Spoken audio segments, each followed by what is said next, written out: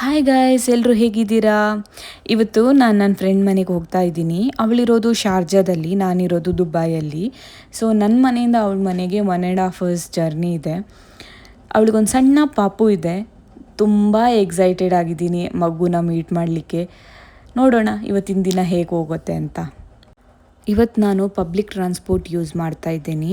ನನ್ನ ಮನೆಯಿಂದ ನಾನು ಮೆಟ್ರೋದಲ್ಲಿ ಬಂದು ದೇರಾ ಅಂತ ಒಂದು ಪ್ಲೇಸ್ ಇದೆ, ಅಲ್ಲಿ ನಾನು ಶಾರ್ಜಾಕ್ಕೆ ಹೋಗುವ ಬಸ್ಸನ್ನು ಕ್ಯಾಚ್ ಮಾಡಿದ್ದೀನಿ.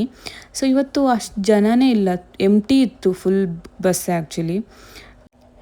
ನನಗೆ ನಿಮ್ಮ ಹತ್ರ ಒಂದು ವಿಷಯ ಶೇರ್ ಮಾಡ್ಕೊಳ್ಬೇಕು ಆಯಿತಾ. ನನಗೆ ತುಂಬ ವರ್ಷಗಳಿಂದ ಯೂಟ್ಯೂಬ್ ಚಾನೆಲ್ ಸ್ಟಾರ್ಟ್ ಮಾಡಬೇಕು ಅಂತ ಇತ್ತು. ಬಟ್ ನನಗೆ ಆ ಕಾನ್ಫಿಡೆನ್ಸೇ ಇರಲಿಲ್ಲ, ಯಾರೇನು ಹೇಳ್ತಾರೋ ಅಥವಾ ಯಾವ ರೀತಿ ಕಾಮೆಂಟ್ ಮಾಡ್ತಾರೋ ಅಂತ.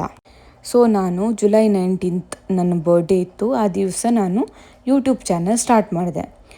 ಸತ್ಯವಾಗ್ಲೂ ಹೇಳ್ತೀನಿ, ನನಗೆ ಯೂಟ್ಯೂಬ್ ಬಗ್ಗೆ ಏನೂ ಗೊತ್ತಿಲ್ಲ ಆ್ಯಂಡ್ ಎಡಿಟಿಂಗು ಕೂಡ ಗೊತ್ತಿರಲಿಲ್ಲ.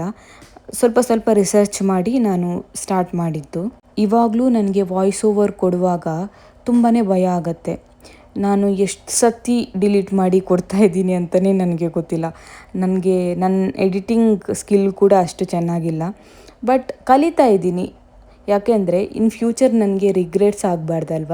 ನನಗೆ 2020ಯಲ್ಲಿ ನನಗೆ ಯೂಟ್ಯೂಬ್ ಚಾನೆಲ್ ಸ್ಟಾರ್ಟ್ ಮಾಡಬೇಕು ಅಂತ ಇತ್ತು, ನಾನು ಮಾಡಿಲ್ಲ ಅಂತ. ಅದಕ್ಕೋಸ್ಕರ ಸ್ಟಾರ್ಟ್ ಮಾಡಿದ್ದು. ಆ್ಯಂಡ್ ಇನ್ನೊಂದು ವಿಷಯ ಏನಂದರೆ, ನಾನು ಯಾರಿಗೂ ಶೇರ್ ಮಾಡಿಲ್ಲ. ಫ್ಯಾಮಿಲಿ ಆಗಿರ್ಬೋದು, ಫ್ರೆಂಡ್ಸ್ ಆಗಿರ್ಬೋದು, ಯಾರಿಗೂ ಶೇರ್ ಮಾಡಿಲ್ಲ ನನ್ನ ಚಾನಲನ್ನು. ಬಿಕಾಸ್ ನಂಗೆ ಗೊತ್ತಿಲ್ಲ, ನಂಗೆ ಆ ಕಾನ್ಫಿಡೆನ್ಸ್ ಇನ್ನೂ ಬಂದಿಲ್ಲ. ಅದಕ್ಕೋಸ್ಕರ ನನಗಿರೋದು 2 ಸಬ್ಸ್ಕ್ರೈಬರ್ಸ್ ಅಷ್ಟೇ.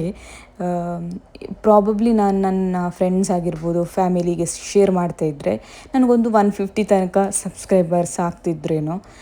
ಬಟ್ ಪರವಾಗಿಲ್ಲ, ನೋಡೋಣ ಇನ್ ಫ್ಯೂಚರ್. ಸ್ವಲ್ಪ ದಿವಸ ನಂತರ ನಾನು ಖಂಡಿತವಾಗ್ಲೂ ಶೇರ್ ಮಾಡ್ತೀನಿ. ಓಕೆ, ಫೈನಲಿ ನಾನು ಆಲ್ಮೋಸ್ಟ್ ಶಾರ್ಜಾ ರೀಚ್ ಆಗ್ತಾ ಬಂದೆ. ನಾನು ದಾರಿ ಉದ್ದಕ್ಕೂ ಸಾಂಗ್ ಕೇಳ್ತಾ ಬರ್ತಾಯಿದ್ದೆ, ಕನ್ನಡ ಸಾಂಗ್. ಅದು ನನಗೆ ಪುನೀತ್ ರಾಜ್ಕುಮಾರ್ ಸಾಂಗ್ಸ್ ಅಂದರೆ ಇಷ್ಟ. ಆಕಾಶ್ ಆಗಿರ್ಬೋದು, ತುಂಬ ಮೂವೀಸ್ ಎಲ್ಲ ಇದೆಯಲ್ಲ, ಅದರ ಸಾಂಗ್ಸ್ ಅಂದರೆ ತುಂಬ ಇಷ್ಟ. ಸೊ ಯಾವತ್ತೂ ಅದನ್ನೇ ಕೇಳ್ತಾ ಇರ್ತೀನಿ. ಸೊ ಇದು ಡಬಲ್ ಡೆಕ್ಕರ್ ಬಸ್ ಆಯಿತಾ. ಸೊ ನಾನು ಮೇಲೆ ಕೂತ್ಕೊಂಡಿದ್ದೆ, ಆದರೆ ಮೇಲೆ ಕೂತ್ಕೊಳ್ಳೋಕೆ ಅಷ್ಟು ಚೆನ್ನಾಗಾಗಲ್ಲ, ಚಕ್ಕರ್ ಬರುತ್ತೆ.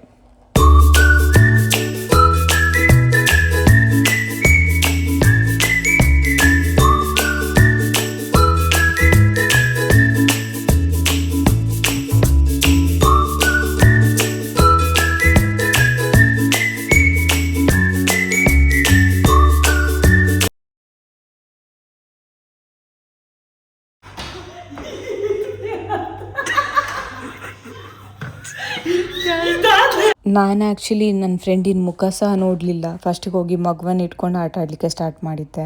ಸ್ವಲ್ಪ ಹೊತ್ತಿನ ನಂತರ ನನ್ನ ಫ್ರೆಂಡು ಅವಳ ಮಗುಗೆ ಊಟ ಕೊಡ್ತಾಯಿದ್ಲು.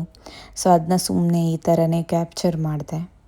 ಆ್ಯಂಡ್ ನಾನು ಮಗುವಿನ ಫೇಸ್ ಕೂಡ ಬ್ಲರ್ ಮಾಡ್ತಾಯಿದ್ದೀನಿ, ಆ್ಯಂಡ್ ನನ್ನ ಫ್ರೆಂಡಿನ ಫೇಸ್ ಕೂಡ ಬ್ಲರ್ ಮಾಡ್ತಾಯಿದ್ದೀನಿ. ಬಿಕಾಸ್ ಪ್ರೈವೇಸಿಗೋಸ್ಕರ ಅಷ್ಟೇ. ನಮ್ಮ ಬೆಸ್ಟ್ ಫ್ರೆಂಡನ್ನು ಮೀಟ್ ಆದಾಗ ನಮ್ಗೆ ಎಷ್ಟು ಟಾಪಿಕ್ಸ್ ಇರುತ್ತೆ ಮಾತಾಡಲಿಕ್ಕೆ. ಕಂಟಿನ್ಯೂಸ್ ಮಾತಾಡ್ತಾನೇ ಇರ್ತೀವಿ, ನಾನ್ ಸ್ಟಾಪ್ ಮಾತಾಡ್ತೀವಿ. ಅಂದರೆ ಟಾಪಿಕ್ಸ್ ಮೇಲೆ ಟಾಪಿಕ್ಸ್ ಬರ್ತಾನೆ ಇರುತ್ತೆ. ಅದು ಮೂವೀಸ್ ಆಗಿರ್ಬೋದು, ಪಾಲಿಟಿಕ್ಸ್ ಆಗಿರ್ಬೋದು, ಅಥವಾ ಫ್ಯೂಚರ್ ಪ್ಲ್ಯಾನ್ಸ್ ಆಗಿರ್ಬೋದು, ಅಥವಾ ನಮ್ಮ ಪರ್ಸ್ನಲ್ ಲೈಫ್, ಈ ಥರ ಮಾತಾಡ್ತಾನೆ ಇರ್ತೀವಿ. ನಾನು ಇದು ವೀಡಿಯೋ ಮಾಡಲಿಕ್ಕೆ ಇಟ್ಟಿದ್ದೆ ಆಯಿತಾ. ನನಗೆ ಆ್ಯಕ್ಚುಲಿ ಮರ್ತೇ ಹೋಗಿತ್ತು ನಾನು ವೀಡಿಯೋ ಮಾಡ್ತಿದ್ದೀನಿ ಅಂತ. 1.5 ಗಂಟೆ ಕಂಟಿನ್ಯೂಸ್ ಮಾತಾಡಿದ್ದೀವಿ. ಮತ್ತೆ ನನಗೆ ನೆನಪಾಯಿತು, ಅಯ್ಯೋ ನಾನು ವೀಡಿಯೋ ಮಾಡ್ತಿದ್ದೀನಿ ಅಂತ. ಅಷ್ಟು ಮುಳುಗೋಗಿರ್ತೀವಿ ನಾವು ಮಾತಾಡೋದ್ರಲ್ಲಿ. ನನಗನ್ಸುತ್ತೆ ನಮ್ಮ ಬೆಸ್ಟ್ ಫ್ರೆಂಡ್ ಹತ್ರ ನಾವು ಡೈಲಿ ಮಾತಾಡಬೇಕಂತಲೇ ಇಲ್ಲ, ನೆಸೆಸಿಟಿಯೇ ಇಲ್ಲ. ನಮ್ಮ ಬೆಸ್ಟ್ ಫ್ರೆಂಡ್ ಆಗಿದ್ದರೆ ಅವಳು 10 ವರ್ಷ ನಂತರ ನಮಗೂ ಸಿಕ್ಕಿದ್ರು ಅದು ಸೇಮ್ ಬಾಂಡ್ ಇರುತ್ತೆ. 10 ವರ್ಷ ನಂತರ ನಾವು ಮೀಟ್ ಆದರೂ ಕೂಡ ಅದೇ ಸೇಮ್ ಬಾಂಡಿಂಗ್ ಇರುತ್ತೆ. ಒಂದು ವೇಳೆ ಆ ಬಾಂಡಿಂಗ್ ಇಲ್ಲ ಅಂದರೆ ಅದು ರಿಯಲ್ ಫ್ರೆಂಡ್ಶಿಪ್ಪೇ ಅಲ್ಲ.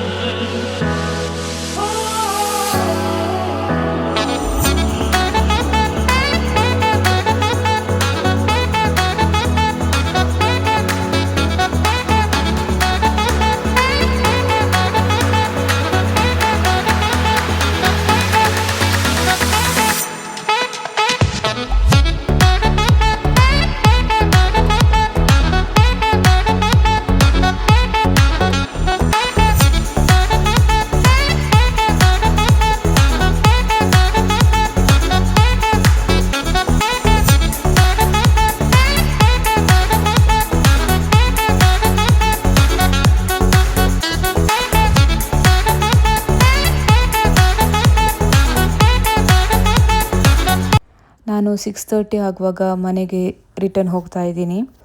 ಒಂಥರ ಮನಸ್ಸಿಗೆ ತುಂಬಾ ಬೇಜಾರಾಗ್ತಿತ್ತು, ಮಗುವಿನ ನೆನಪಾಗ್ತಾಯಿತ್ತು, ಫ್ರೆಂಡನ್ನು ಮಿಸ್ ಮಾಡ್ತಾ ಇದ್ದೆ. ನೋಡೋಣ ನೆಕ್ಸ್ಟ್ ಟೈಮ್.